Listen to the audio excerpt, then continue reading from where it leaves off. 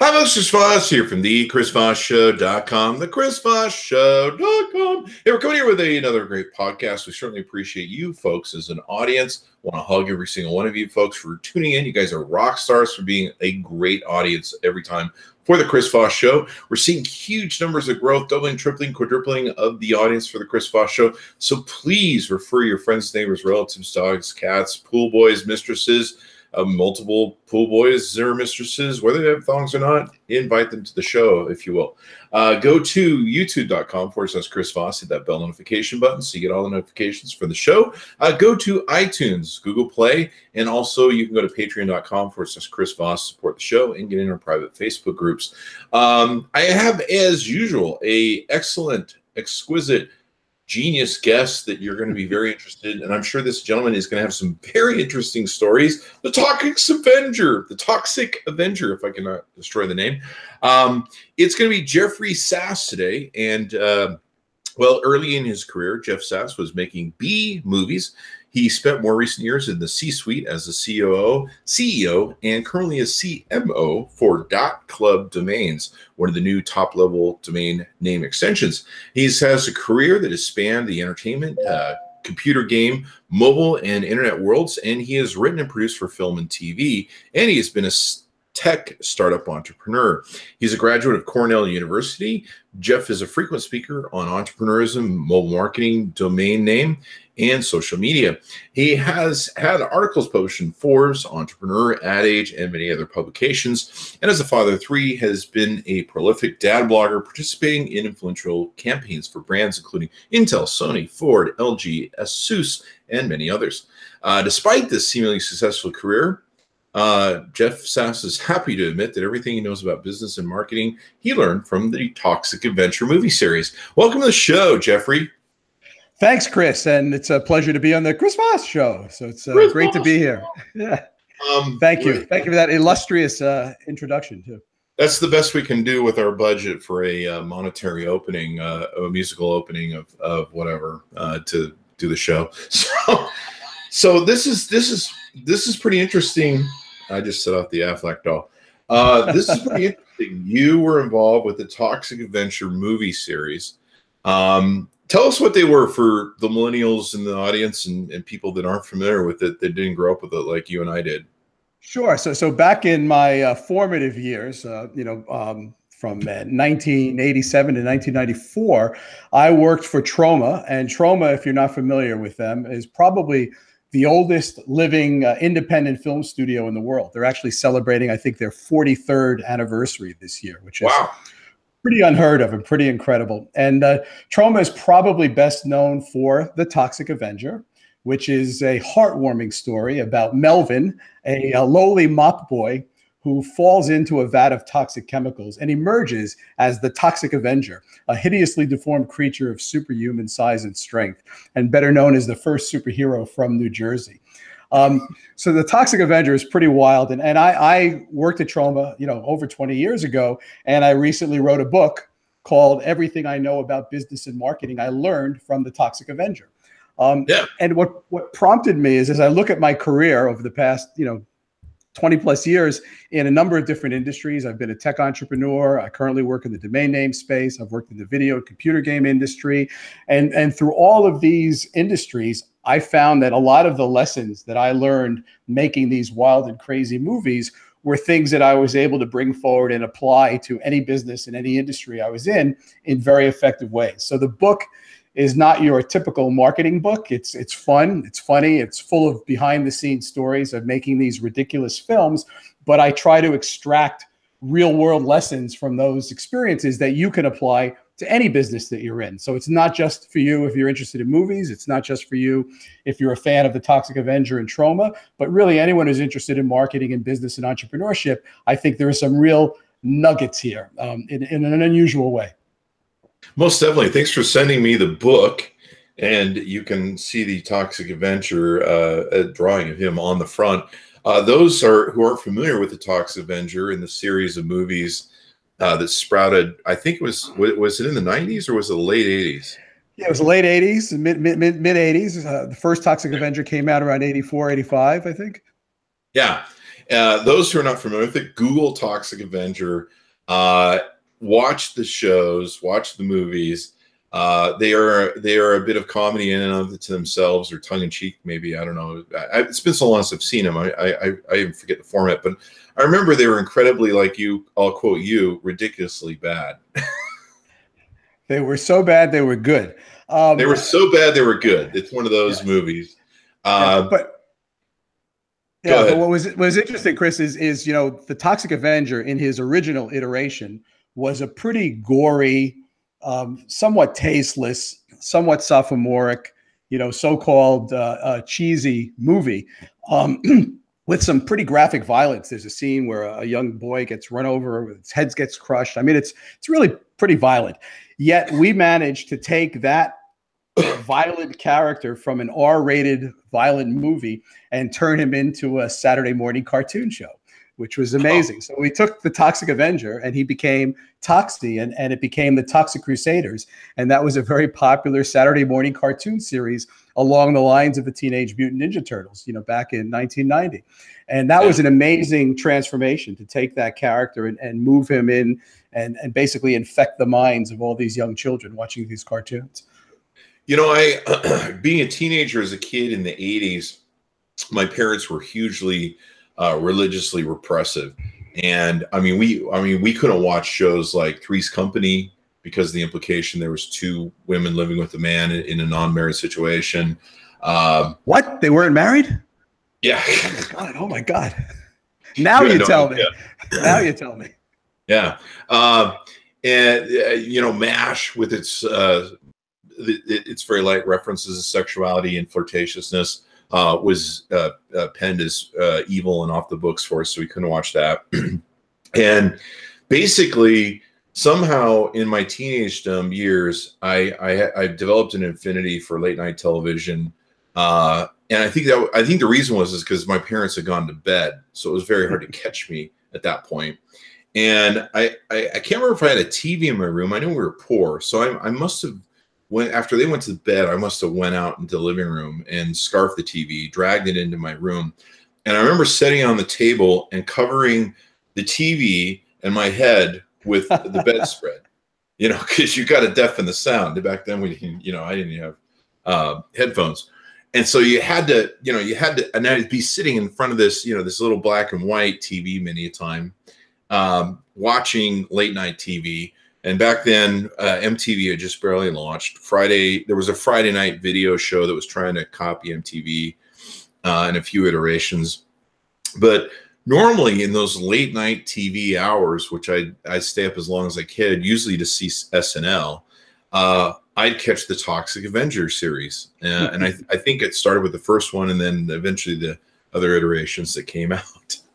And I remember watching them going, God, this is really bad. I mean, it just it was bad, but you couldn't look away.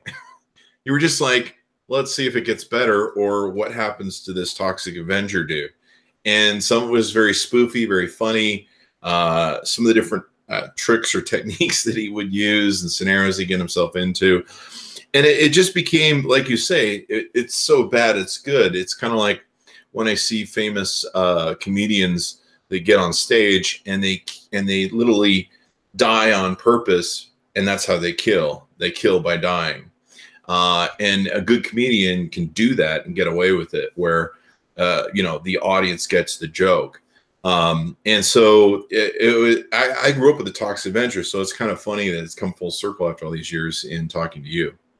Well, it's interesting because some of what you said is what's made the character so enduring.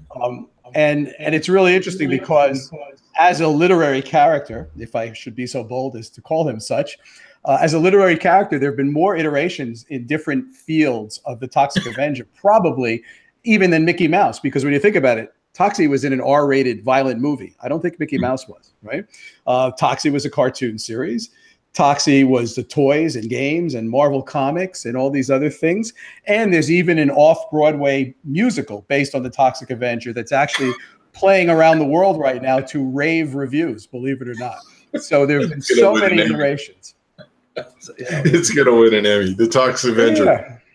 But I think that, that's part of the marketing lessons that I learned from Troma is this branding lesson, because when you think about it, Troma created a brand in an area where typically there isn't one, except for one exception, which is really Disney. But for generally speaking, you don't go to see a movie because it's from 20th Century Fox or Paramount. You go to see a movie because of the story, because it stars an actor you like or an actress you like, or because the director is well known. It's not because of the studio, except for Disney. People would go to Disney because of the family fare in the early days. And Troma. Our fans would go see a Troma movie because it was a Troma movie. The movie itself was almost secondary to the fact that Troma was putting it out, because if Troma was putting it out, the audience, our fans, knew it was going to be a certain type of movie with a certain type of content and a certain type of attitude that satisfies them. So it was and there's a lot of things that Troma did as a company to create that culture and to create that brand. And a lot of those lessons are in the book, and they're things that you can apply to your business today. Yeah, I remember the Troma name, and it was the way it was marketed and sold, especially through the movie and some stuff. I mean, I knew the two names very well, the Toxic Avenger and Troma Studios. Yeah, it's a testament to you guys. I mean, if you watch the first movie, it's one of those movies that you watch and you go, no one's ever going to fund a sequel to this thing. Or no one should. And there have been three. There have been three sequels. You've been in cartoons. Like you say, there's a number of different presentations or iterations of it. So that is a testament to what you guys did from a marketing concept with that film and that, what would you call it, a character, to keep that going. And I'm in shock they are still around. Not to be mean in any way, shape, or form, but you do have to watch the first movie to go, this isn't going anywhere in the future.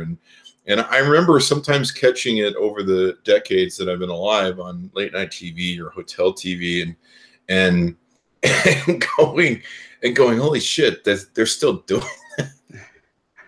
that. Well, I think one of the things in terms of brand building, and obviously today people talk about authenticity a lot and how important it is for businesses to be authentic, especially in social media and other ways of communicating with your customers. And I think part of the reason Troma has lasted so long as a brand is because there always is this sense of authenticity. And although we took the business of making movies very seriously, as a company, Troma never takes itself too seriously, and we always have that tongue firmly planted in cheek, unless you have to rip it out as part of an action scene.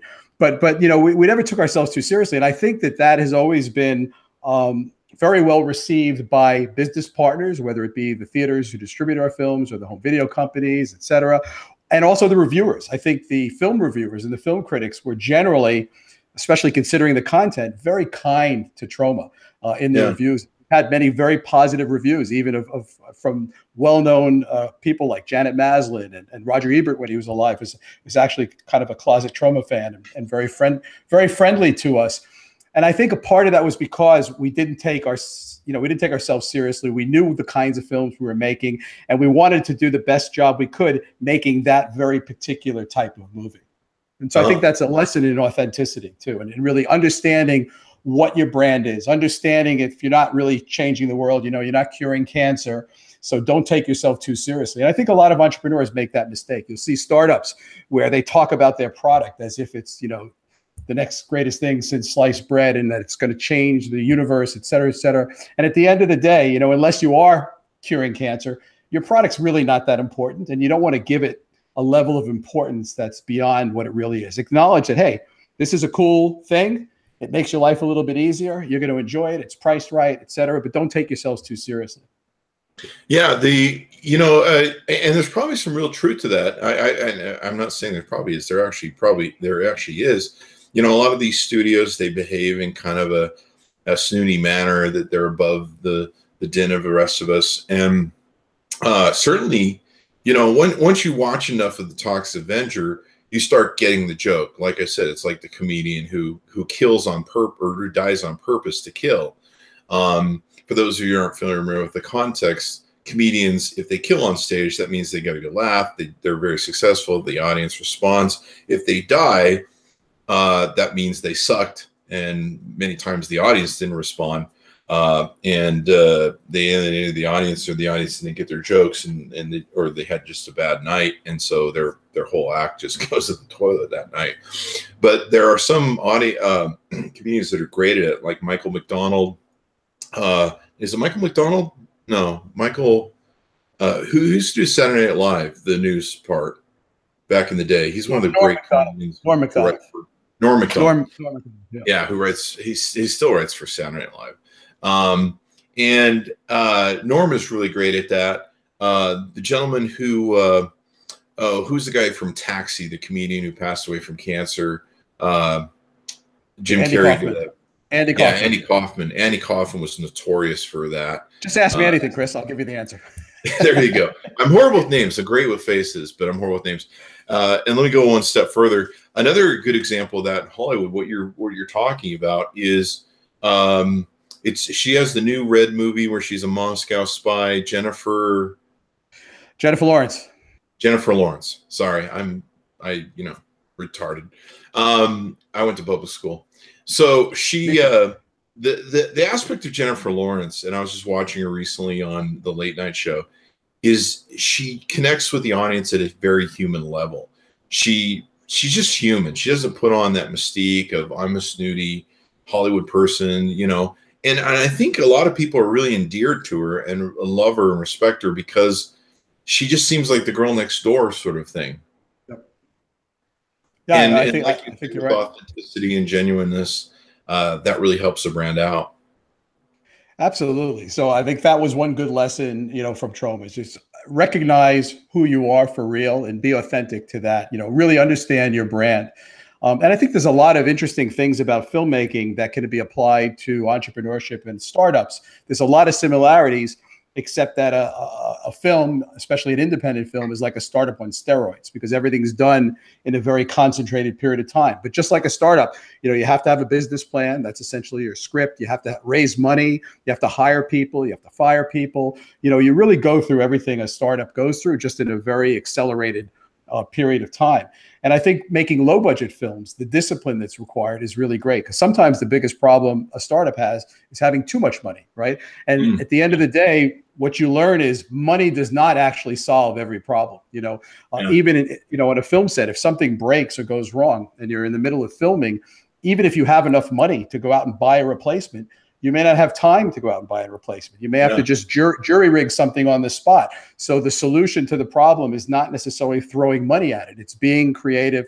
It's being innovative. It's being able to think on the spot and make do with what you have in front of you at the moment. And so those are lessons I think that can also be applied to business. A lot of times we think, well, as long as I have money in the bank, I could fix anything. And a lot of times the issues you face are not related to money at all. Well, you've seen that in movies that are highly funded and just bomb at the box office and don't bring anywhere near the money they spend, and in some cases bankrupt the studios because the return just isn't there for either how awful the movie is. And big names like Disney have taken a bath on movies. I can't think of any recently soon. But they can get hit pretty hard, and sometimes having a pile of money makes all the difference. I remember years ago, we started our first company with $2,000, built it into a multi-million-dollar company, started a second company, built it into a multi-million-dollar company with only $4,000 and a lot of sweat equity. And I remember sitting in my office one day and I was interviewing people for a job to work for us. And we've become very successful with 3 of our companies. And I was interviewing this guy, and he came in and he told me a story about how he'd started a competing corporation for ours. He had like $150,000, $200,000 in the bank to start this company. Instead of doing what we did with $4,000, getting a C class or D class building, if there is one, and working with a lot of sweat equity, he took his $200,000. He went out and bought Class A office in an ultra pristine, it was the highest square footage costing office building in the city. And so he bought it for the presence of it and thought that was a great way to rake in money. And he spent like just all the money on all the most expensive, stuff that he thought was possible. And he was bankrupt within a year. And meanwhile, I was sitting in front of him going, wow, I would have killed that $200,000 to start my company, but I only had 4, and I'm sitting here and you're not. And it was an interesting lesson in like what you say, sometimes having too much money is bad. Tell that to my wife, will you? Yeah. And I think, when you have very little to work with, it forces you to be very innovative, and it forces you to be creative in finding solutions. And I think that, one of the things about filmmaking, especially independent films and even independent films, is it's very disciplined, right? Even though we have very low budgets. And at Troma, we had literally shoestring budgets. Eventually we had Velcro, things got a little bit better and we advanced from shoestrings to Velcro budgets. But the reality is, when you're making a movie, any movie, you're living day to day. Your deadlines and your schedule, every single day of the production is scheduled. You know which location you're going to be at that day. You have to know which cameras and equipment you need, what actors and actresses are required, what are the sets, what are the props, what are the costumes, what are the stunt people. All that stuff has to be scheduled and planned in advance. So you're living day to day on a movie set, and you have to have a backup plan. And it's something we often forget in business. We often forget to have a plan B. When we're filming an independent film, we can't afford to go inside an expensive studio. So a lot of times you'll film on location to get great production values, because you could, get a chance to film on the beach for free, and you have a beautiful backdrop at the ocean. So it looks really great. But if you plan exteriors, you can't control Mother Nature. So you have to have a plan B. You have to have an interior set nearby that you could get to quickly, so you don't blow the whole day, typically with a scene that uses the same actors and actresses, so you don't have to bring new people on. And you have to have that backup plan. And in business, we forget, trade shows is a great example. Like when you go to a trade show, do you have a backup plan? Do you know what you'll do? Suppose your booth doesn't show up, or suppose it shows up broken. What are you going to do to replace it and set up the night before? Do you have something in mind that you would do in the event that your booth didn't show up or your press materials didn't show up? A lot of times we take things for granted and we don't have a backup plan. And I think when you're making a movie, it's so disciplined that you always have to have that backup plan, because every day is scheduled and you might never be able to go back to that location, or maybe that actor or actress is no longer available after that day. So if you don't accomplish what you need to accomplish daily, you get yourself into big trouble. In business, we spend a lot of time doing stuff and we feel like we're busy, but are we really moving things forward? Are we really contributing to moving the business forward on a daily basis? And you bring up some good points about backup and then also busy work. I mean, it's really easy to get lost in busy work at the office and just doing things that really aren't moving the ball forward and just kind of spinning your wheels. I used to be a perfectionist and an ADDist, and I used to feel an ADDist. I just created a new venue of people, an ADDist. I think I just created a religion, actually, but there's plenty in it. I wonder if I can charge 10%. But people won't pay much attention to that religion for very long. It's going to last very fleeting. I probably get people to join, but then they'll be like, a bird, a squirrel. So you bring up some good points. I remember being a perfectionist in my business, though, and trying to get everything done before I left every day. And then when the business scaled to a huge level, I finally had to come to the grips that, Chris, you're never going to be able to accomplish everything that you want to do every day, or everything that maybe you should do sometimes every day. You just got to do the most important things and get them done. And there's so much distractions, especially when you get a crew of employees and they're at you and they're at each other and balancing everything else. And I imagine in Hollywood, you're dealing with union workers, you're dealing with the actors and actresses. Not in Tromaville. No unions in Tromaville. Oh, seriously, you guys were able to non-union, yeah, low budget production. But you're right about knowing what's important, and that's another interesting lesson I learned. And there's a chapter in the book about it. And by the way, the chapters of this book are very short, mostly 1 or 2 pages. It's a very easy, fun read. But I learned very soon that there's really only 3 things that are essential when you're making a movie, and nothing else really matters. And every day you have to have those 3 things, or you can't make the movie. What is? You have to have a camera. If you don't have a camera, you can't record anything. You have to have film in those days to put in the camera. Today, you have to have digital storage, you have to have batteries, but you have to have the ability to record. And then you have to have actors and actresses to get in front of the camera to tell the story. If you don't have those three things, you can't make the movie. It doesn't matter if you have the best script that was ever written. Doesn't matter if you have the most beautiful location on the planet. Doesn't matter if you have the most talented director in the world. Without a camera, without film or digital storage, and without actors and actresses, you can't make your movie. So you learn to focus on those three things every day. When I was a production manager or a line producer, it was my responsibility to make sure the camera was there. A camera truck had to arrive, had to be the first thing on the set. Better have it loaded with film. You better make sure that the actors and actresses, that someone's there to pick them up if they're not staying on the location, so that they show up on time and they can't sleep in or disappear. I mean, you have to make sure you have those three things every single day. And I think in your business, you should understand what are the 3 or 4 things that truly are the bare necessities to keep your business moving forward. And are you paying attention to those things on a regular basis? Most definitely. Did you guys film in New Jersey in the first movie? Is that how you got around the union, the SAG union for? We filmed all over. We filmed in New Jersey. We filmed in New York City. We filmed in New York State. We got tremendous cooperation from both the New York City and the New York State Governor's Film Commission. So film commissions are a great resource.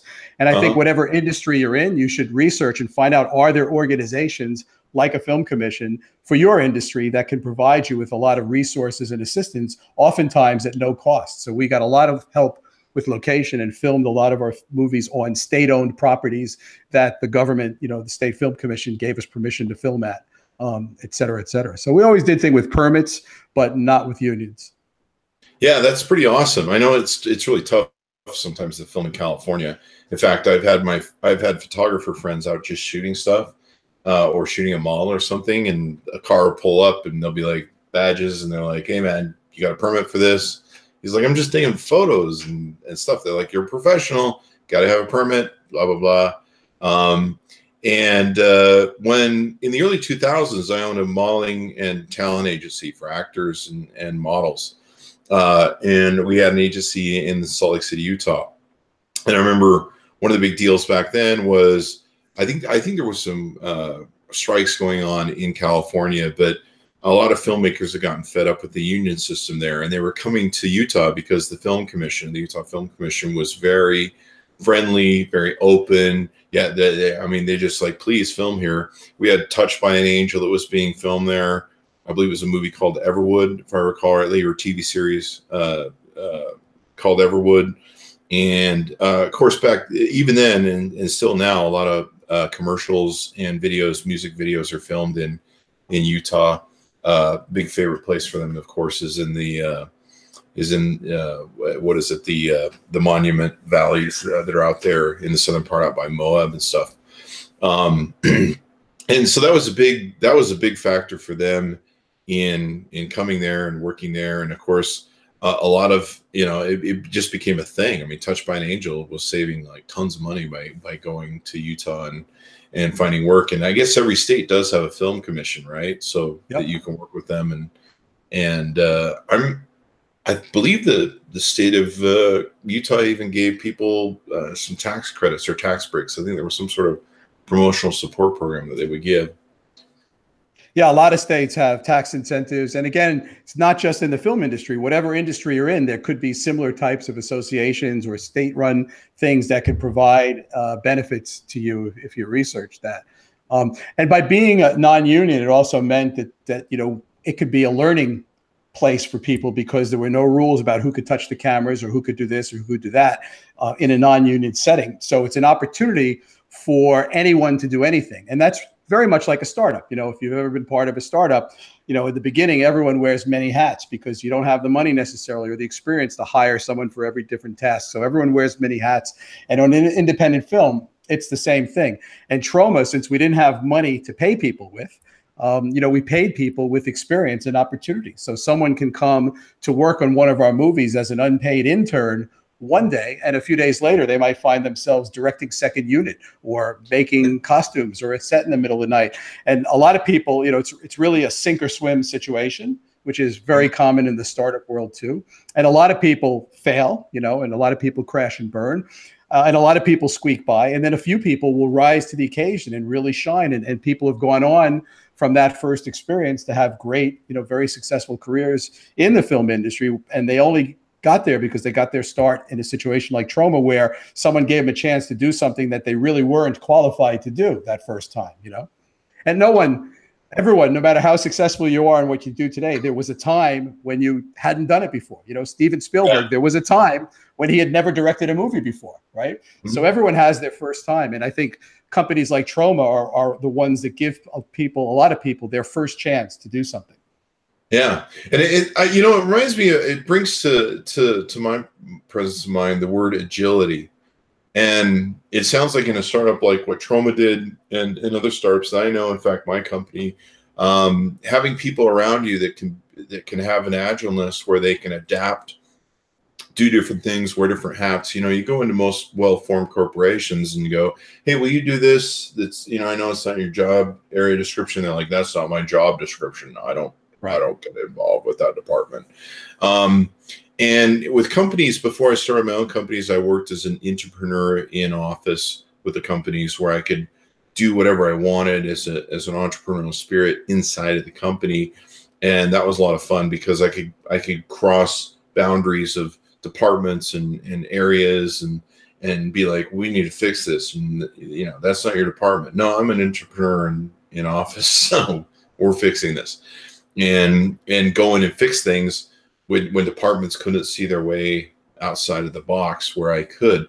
And certainly what you're talking about, having an agileness or being able, where Troma was able to tap into employees or individuals that could have that agility to be able to go, I'll do, whatever it takes. What do you want me to learn? And being able to learn and adapt, master different things that maybe they weren't aware of. But the fact that they have that drive, they have that capability, and they excel at it is a real important thing of a startup. I used to tell people, they used to go, you got your new company there, and what do you do there? And I go, I'm the CEO and the janitor.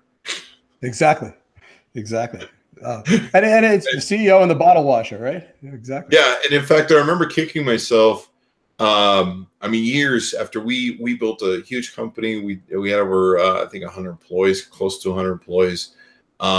Even then, I would walk around my office, find trash on the floor, pick it up, and put it away, and I think to myself, I'm still the CEO and janitor. Regardless of, I'm probably the most expensive janitor maybe on the planet Earth. I don't know. But that's part of the entrepreneurial spirit, and the entrepreneurial spirit is something that someone should have, even if they're not building companies. Even as an employee, you want to have that attitude. You want to feel like you're part of something bigger than yourself, and that's why when we get into corporate culture, and there's a lot I learned about corporate culture from Troma, and creating that team environment and always giving people credit and using we all the time instead of I.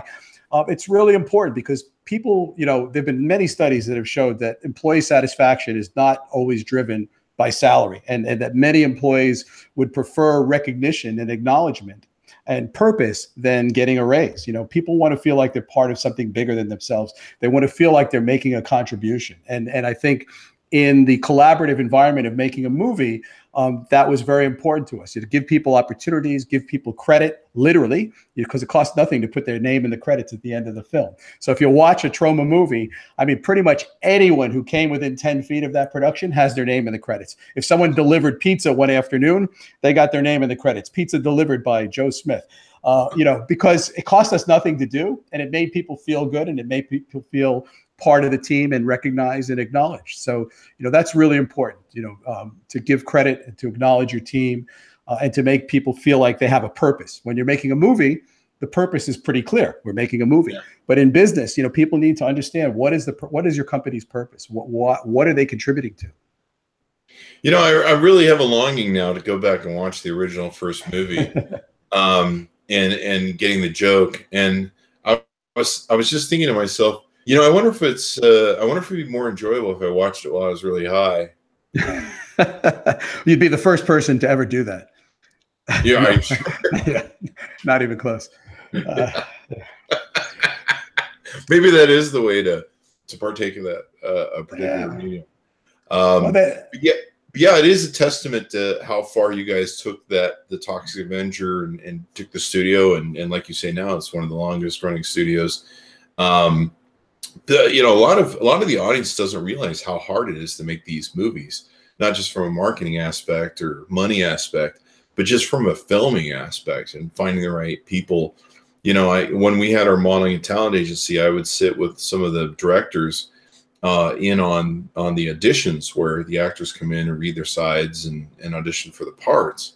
And man, you'd have like a whole cavalcade of wannabe actors and actresses that would come before you and just give these deadpan, boring, they read their lines and they would evoke no emotion in you. And then just somewhere out of the blue, someone in the line would come forth and deliver this powerful, emotional scene from their sides, and you would just be floored. I mean, sometimes all of us would be in tears. It was an emotional thing. Sometimes a character would, give some sort of emotional shock performance, and we'd just leap out of our chairs like, holy crap, wow. And it's hard. It's, you got to deal with, like you say, the weather. You've got to deal with, most people don't realize there's a lot of work that goes into shooting this face and then that face and this face reacting to that face and the whole aspect of it. It's not just a seamless flow of like, well, we just filmed it and people acting the parts. No, you're right, Chris. It is very complicated. And again, when I talk about the discipline of making an independent film and how you could apply that to business, typically we would have kind of a huddle the night before.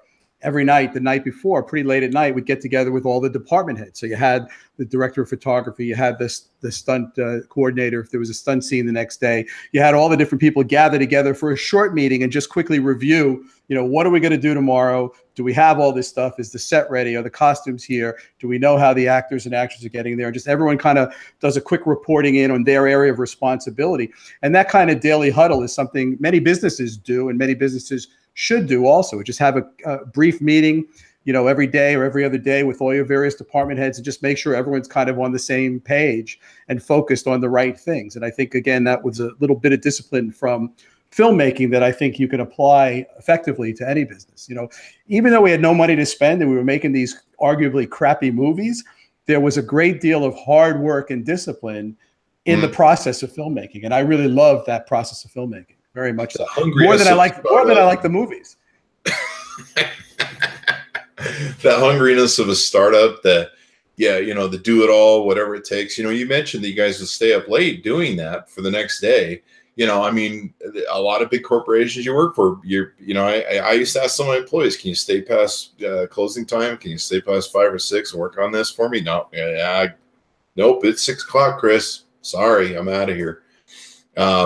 And my best employees were always the employees that would stay as late as it took. And I never asked them to stay, but they just stayed because they gave a shit and they cared and they had a passion for it.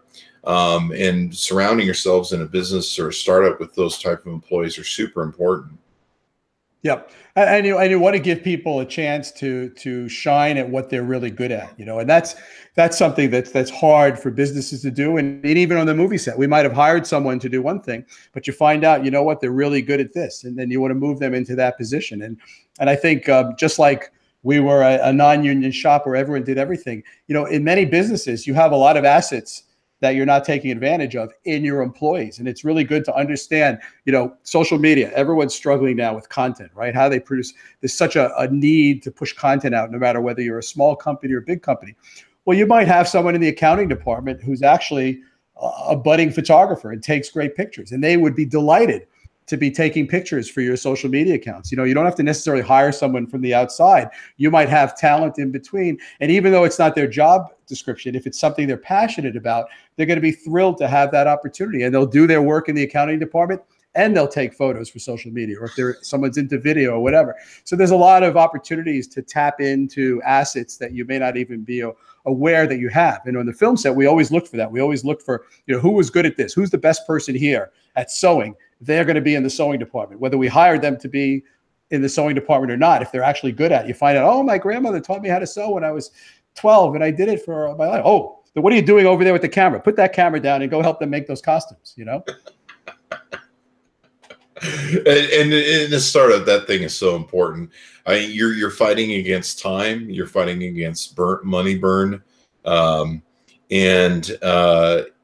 yeah, it's nothing's going to live forever, and you've got to adapt very quickly. When I started my companies, we sweat equity funded them with our own cash. We didn't have VCs giving us millions of dollars so that we could buy beautiful offices in Silicon Valley. We had a gun to our head with the time that, within 3 to 6 months, we were going to run out of money and go bankrupt unless we figure out a way to squeeze money out of this operation we're building. And that creates a real important dynamic, or at least one that startups should foster, where, like you say, everybody does everything, and it's not inclusive where there's like, well, this isn't my department, that's not my department, I don't do that. And it's that scramble to become successful in the long run so that you can sustain that environment. Yep. Yeah. Another thing that's interesting that I also think is a good lesson is for team building too, is doing something really difficult early on in the process. So there's an old saying that's often attributed, I think, to Mark Twain, that you should start every day by swallowing a frog, right? And what he meant by that is, if you swallow a frog first thing in the morning, no matter what happens the rest of the day, you've done the hard stuff, right? Everything else is going to seem easy compared to swallowing a live frog. And I think we took that to heart when making movies. What we would often do is try to do something really difficult on the very first day of filming. So day one of filming, if there's a big stunt or an explosion or something that's really hard or dangerous, do that right up front. And what that happens is, number one, it brings everyone together, right? Because you really have to, everyone's got to pay attention, and everyone has that bonding experience of doing something really difficult. It also weeds out very quickly the weak links, because the people who can't take that pressure, let's find that out right away. Let's not find that out 6 weeks into the project when it's going to be a detriment. Let's know on day one, who are the lazy people who didn't step up to the plate and do their job and everything else. So you weed out the weak links right on day one, and you really see who shines and who comes together. And then after you've accomplished it, right after the first day, you now have a team of people who really feel like they're working together because they accomplished something hard right at the beginning. So I think that idea of starting a project with the hard task first, don't work your way up to it. Pick something difficult on day one when you're putting a team together and starting a new project, and that'll help bring them together and really show you who the stars are going to be as you move forward with that project. And that's chapter 15 of the book. Exactly. I was flipping through your book to see, look for some talking points or some reference points, and I actually came across that as you were bringing that up. That was kind of interesting. I was like, holy shit, he's talking about that right now. So yeah, you're, like you say, you've got a lot of wonderful lessons in this book, sometimes smaller, sometimes longer chapters, where you're just picking apart and presenting all the different aspects of some of the things that really work for you guys, whether it was technology based, this looks like, or director's chair stuff. In what universe could the Toxic Avenger and Reading Rainbow coexist? Did you do some work with Reading Rainbow? Yes, we did. So that's a pretty amazing. I said one accomplishment earlier was turning the Toxic Avenger into a cartoon series, the Toxic Crusaders. Mm-hmm. So when we did that, we set up a licensing division to do deals with companies that manufactured products, Marvel Comics for comic books, and toys with Playmates toys, for action figures, and pajamas and T-shirts and computer and video games and all that stuff. So once we did that, merchandising. So we made deals with 70 different companies worldwide for Toxic Crusaders products.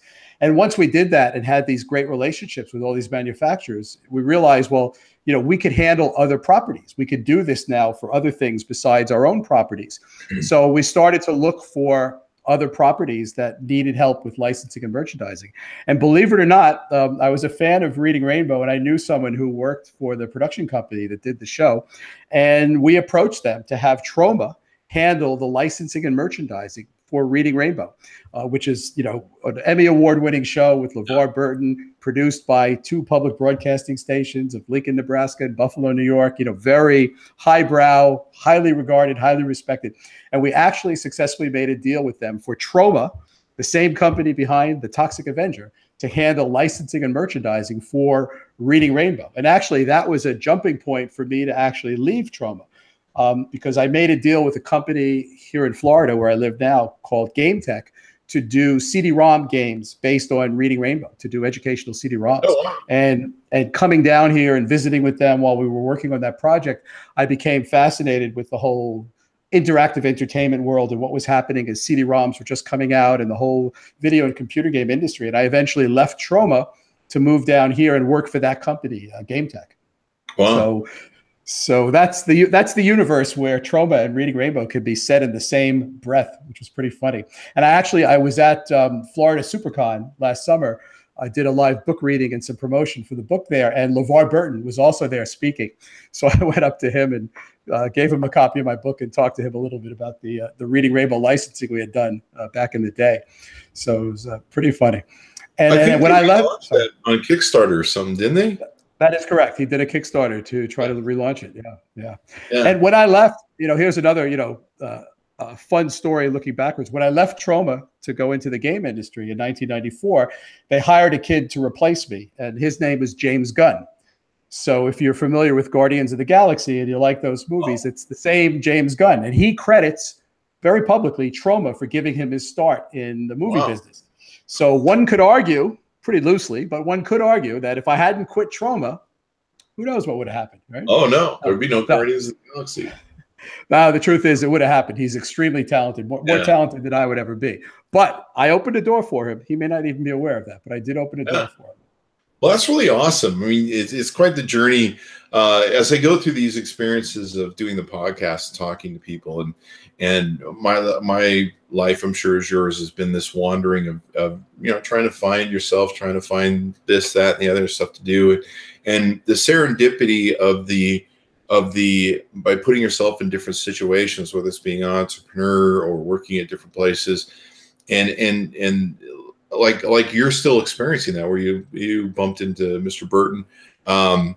The serendipity of things that you never thought would happen that come as a side result of what you thought you were just trying to accomplish are just amazing as you go through this journey of life. And so it's interesting to me as I go through these podcast interviews, seeing how people go through their lives and what's become of it, and some of the exponential rewards or experiences that they've had that they didn't foresee in the early days. Yeah, well, we make ripples as we go through our long and winding road, and the older you are, the wider your ripples go. So I think one of the nice things for those of you who are younger who are watching this, one of the nice things of getting a little bit older, and I'm a little bit older than you probably, is that you start to see how all these ripples have affected. And at my gym, I go to the gym every morning, a CrossFit gym, and one of the owners of the gym always teases me because everything he brings up, no matter what topic it is, I seem to have a story. Oh, I'm listening to podcasts. I've been on a few podcasts. Or I used to, co-host a podcast. Really? Oh, I love this video game. I used to work in the video game industry. And it's like he thinks I'm full of shit, basically, because no matter what he says, I've got a connection to it somehow. And I tell him it's just a function of being old, having been around and done a lot of different things. So I have all these experiences, which is great, and I value it greatly. And I still like to get new experiences every day. But Jeffrey, I might have bigger ripples than you because I'm really freaking fat. I've got a wired berth. It's not the volume of the ripples; it's the quality of the ripples, Chris. You have high quality ripples. High quality ripples. Quality berth. High quality ripples. So Jeffrey, it's been wonderful to have you on. I'm gonna actually probably take some time the next week to sit down and get high as hell and watch the Toxic Avenger. And I think I'm gonna love it more than I ever loved it before. I'll probably be laughing my ass off. So if I die laughing, it's your fault. Watch part 2 and part 3, and I have a cameo in both of those. See if you can spot me. Do you? All right. Yes. So I'll look for you in those movies. But thanks for coming on. Everyone check out the book. From Jeffrey, it's called Everything I Learned About Business and Marketing. I learned from the Toxic Avenger. And you can find it. You can find the book at Amazon or Barnes & Noble, wherever you want to buy books. But you can go to toxicavenger.marketing, and that web address will take you right to the books page on Amazon. Make it nice and easy for you. One click away from buying it. And the book has a website at everythingiknowabout.marketing, and you can find me online at jeffreysass.com or jeffreysass.club. Both will work. And on Twitter, I'm at Sass, S-A-S-S. Nice and short and sweet.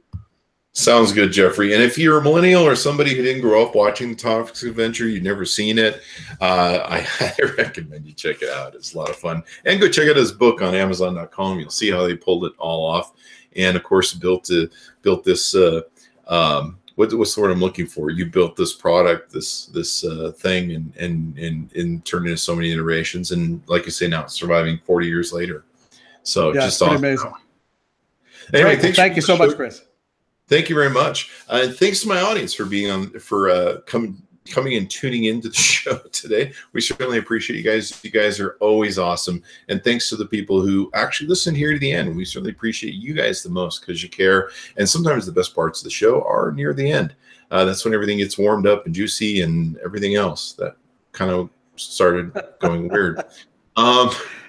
It's kind of like making love to your girlfriend. It was an R-rated movie. Yeah, we just went toxic there.